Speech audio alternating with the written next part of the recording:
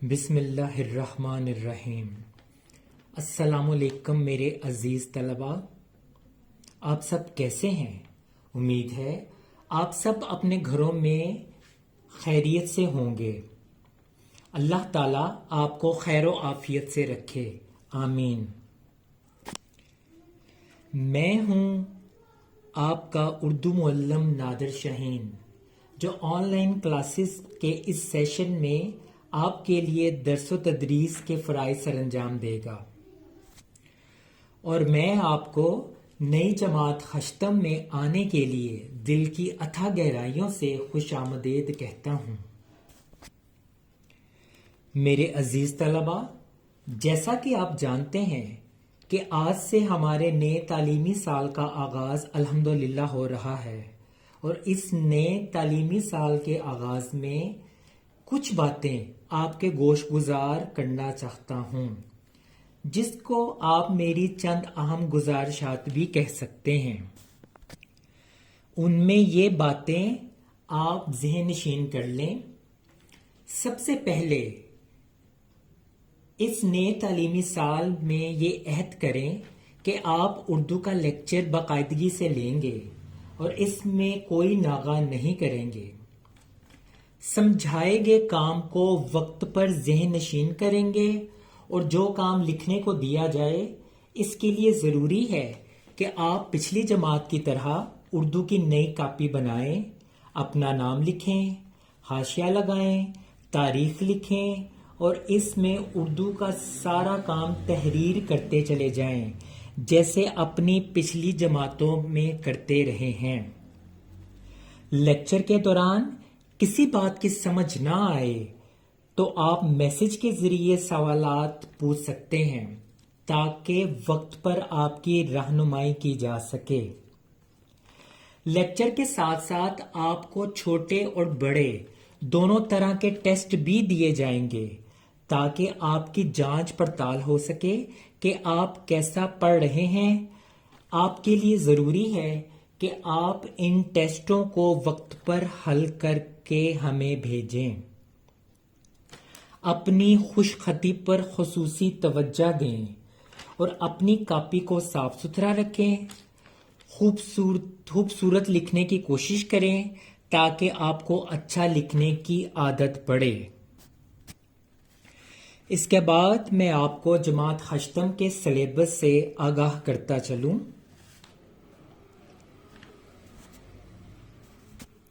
میرے عزیز طلباء، آپ اس وقت اپنا جماعت ہشتم کا سلیبس دیکھ رہے ہیں۔ آپ حصہ ادبیات میں سے کل 8 چیپٹر پڑھیں گے، جن میں 3 نظمیں اور بقیہ دوسرے اسباق شامل ہیں۔ حصہ کام چور سے بھی آپ 3 اسباق کو پڑھیں گے، جبکہ 3 اناڑی جو ہے وہ مکمل پڑھیں گے۔ حصہ قواعد و زبان دانی میں واحد جمع، مذکر مؤنث، الفاظ مترادف و متضاد، غلط فقرات کی اصلاح، ضرب و امثال اور سابقے جیسی چیزیں انشاءاللہ تعالی ہم پڑھیں گے، جبکہ انشاء پردازی میں خط نویسی، درخواست نویسی، مکالمہ نویسی اور کہانی نویسی کو پڑھیں گے۔ جماعت ہشتم کے اس نصاب میں ہمارا پہلا لیکچر ہے نظم حمد، یعنی آج حمد نظم سے باقاعدہ طور پر تعلیمی سال کا آغاز کر رہے ہیں۔ نظم حمد شروع کرنے سے پہلے بتانا چاہوں گا کہ حمد کسے کہتے ہیں۔ جی ہاں میرے عزیز طلباء، حمد وہ نظم ہے جس میں اشعار کی صورت میں اللہ تعالیٰ کی تعریف بیان کی گئی ہو۔ میں نے ہر بند کے ساتھ مشکل الفاظ کے معنی بھی تحریر کر دیے ہیں، تاکہ آپ کو تشریح کرتے وقت کوئی بھی مشکل پیش نہ آئے۔ یہ نظم حمد 6 بند پر مشتمل ہے۔ ہر بند کے 5 مصرعے ہیں۔ اردو صنف میں ایسی نظم جس کے بند میں 5 مصرعے ہوں اس کو محمس کہا جاتا ہے، یعنی 5 مصروں والا بند۔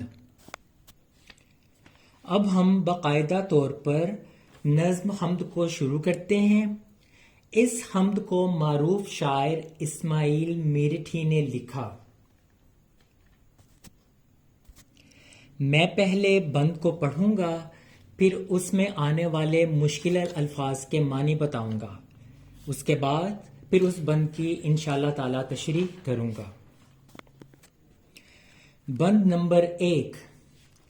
ہے ہمیشہ میری خدا پہ نظر، رات ہو دن ہو شام ہو کہ سحر، نہ اجالے میں ہے کسی کا ڈر، نہ اندھیرے میں کوئی خوف و خطر، کیونکہ میرا خدا ہے میرے ساتھ۔ اب ہم بڑھتے ہیں اس بند کے مشکل الفاظ معنی کی طرف۔ اس میں پہلا لفظ ہے ہمیشہ، جس کے معنی ہے سدا، سحر، صبح، اجالا، روشنی، ڈر، خوف، خطر، خوف یعنی ڈر۔ اب میں بند نمبر 1 کی تشریح آپ کے سامنے پیش کروں گا۔ اس بند میں شاعر اسماعیل میرٹھی اللہ تعالیٰ کی ذات پر مکمل اعتماد کا اظہار کرتے ہوئے فرماتے ہیں کہ میں اللہ تعالیٰ کی ذات بابرکت پر اس قدر بھروسہ کرتا ہوں کہ اللہ کو ہر وقت اپنے ساتھ پاتا ہوں۔ یعنی شاعر دنیا میں سب سے زیادہ اللہ کی ذات سے محبت کرتا ہے، اس کی اطاعت کرتا ہے، اس کی رضا میں خوش رہتا ہے، اس کے تمام احکامات مانتا ہے اور اسی کے رستے پر چلتا ہے۔ اسی لیے شاعر کو صبح کا وقت ہو یا دن کا، شام کا وقت ہو یا رات کا، غرض وہ تمام معاملات کو اللہ پر چھوڑ دیتا ہے اور دل میں یہی خیال کرتا ہے کہ میرا ہر کام اللہ کی مرضی و منشا کے مطابق ہوتا ہے، میرا کوئی بھی لمحہ اللہ کی یاد سے خالی نہیں ہوتا۔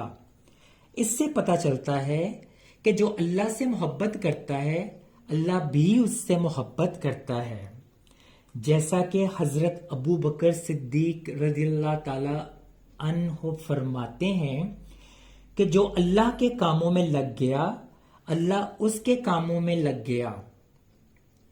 شاعر مزید کہتا ہے، مجھے دن کے اجالے سے بھی ڈر نہیں لگتا اور نہ ہی ایسی تاریکی سے ڈر لگتا ہے جہاں لوگ جانے سے گھبراتے ہیں، کیونکہ میرا یہ کامل یقین ہے کہ جس نے مجھے پیدا کیا وہ ہر وقت ہر جگہ میرے ساتھ ہے، لہٰذا گھبرانے کی کوئی ضرورت نہیں، وہی میری حفاظت بھی کرے گا۔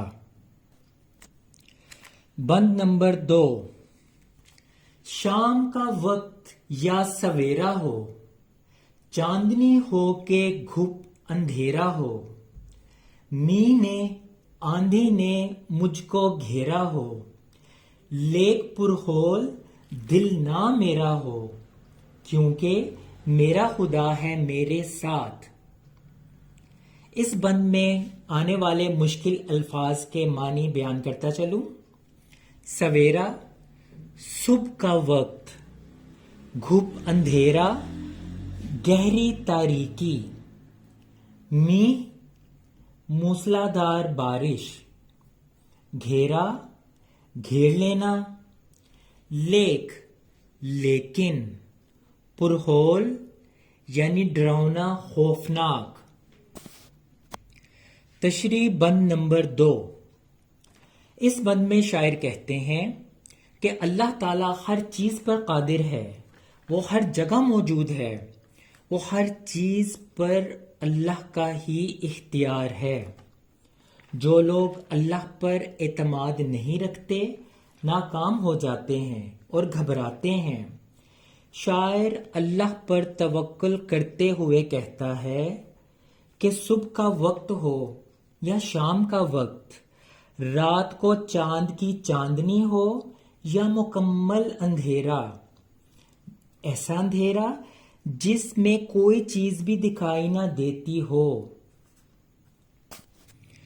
وہ ان حالات میں بالکل نہیں گھبراتا، کیونکہ اللہ کے ہونے کا احساس اسے بہادر بنا دیتا ہے، خواہ آندھی طوفان نے اسے گھیرا ہو یا یہ تمام حالات اس کے راستے میں رکاوٹ بن جاتے ہوں۔ ان مشکل حالات سے بھی وہ خوفزدہ نہیں ہوتا، وہ مطمئن رہتا ہے، کیونکہ اسے اللہ کی ذات پر مکمل بھروسہ ہے، جو ہر وقت ہر جگہ اس کے ساتھ رہتی ہے اور ہر مشکل گھڑی، مشکل حالات میں اس کا ساتھ دیتی ہے، اس کی حفاظت کرتی ہے۔ دیکھا میرے عزیز طلبہ، نیک لوگوں کو اللہ پر کتنا بھروسہ ہوتا ہے۔ اللہ ہم سب کو بھی ایسا بھروسہ اعتماد نصیب فرمائے، آمین۔ اب چلتے ہیں بند نمبر 3 کی طرف۔ جبکہ طوفان کا ہو سناٹا، سخت اندھیاؤ کا چلے جھونکا، جڑ سے پیڑوں کو دے اکھیڑ ہوا، میرے دل میں نہ خوف ہو اصلا، کیونکہ میرا خدا ہے میرے ساتھ۔ مشکل الفاظ کے معنی: سناٹا بالکل خاموشی، اندھیاؤ آندھی، اکھیڑنا یعنی زمین سے باہر نکالنا، اصلا بالکل یعنی ہرگز۔ بند نمبر 3 کی تشریح میں شاعر اللہ پر اپنا پختہ ایمان ظاہر کرتے ہوئے کہتا ہے کہ مجھ پر جیسے بھی مشکل حالات آ جائیں، میں ان حالات میں بالکل بھی نہیں گھبراتا۔ آپ نے دیکھا ہوگا کہ جب کوئی طوفان آتا ہے تو اس طوفان سے پہلے ایک عجیب سا سناٹا چھا جاتا ہے، جس کو دیکھ کے لوگ ڈر جاتے ہیں، حتیٰ کہ بعد میں آنے والے طوفان میں اس قدر تیز ہوائیں چلتی ہیں کہ ان تیز ہواؤں کے چلنے سے درختوں کی جڑیں زمین سے باہر نکل آتی ہیں، ہر طرف تیز ہوائیں، آندھیوں کا سما ہوتا ہے، جس کو دیکھ کے لوگ ڈر جاتے ہیں۔ چونکہ انسان جسمانی طور پر کمزور ہے، وہ بڑے بڑے طوفانوں کا مقابلہ نہیں کر سکتا، لیکن شاعر کی کیفیت یہاں پر بالکل الٹ ہے۔ شاعر جانتا ہے کہ اللہ کے حکم کے بغیر پتا بھی نہیں ہل سکتا۔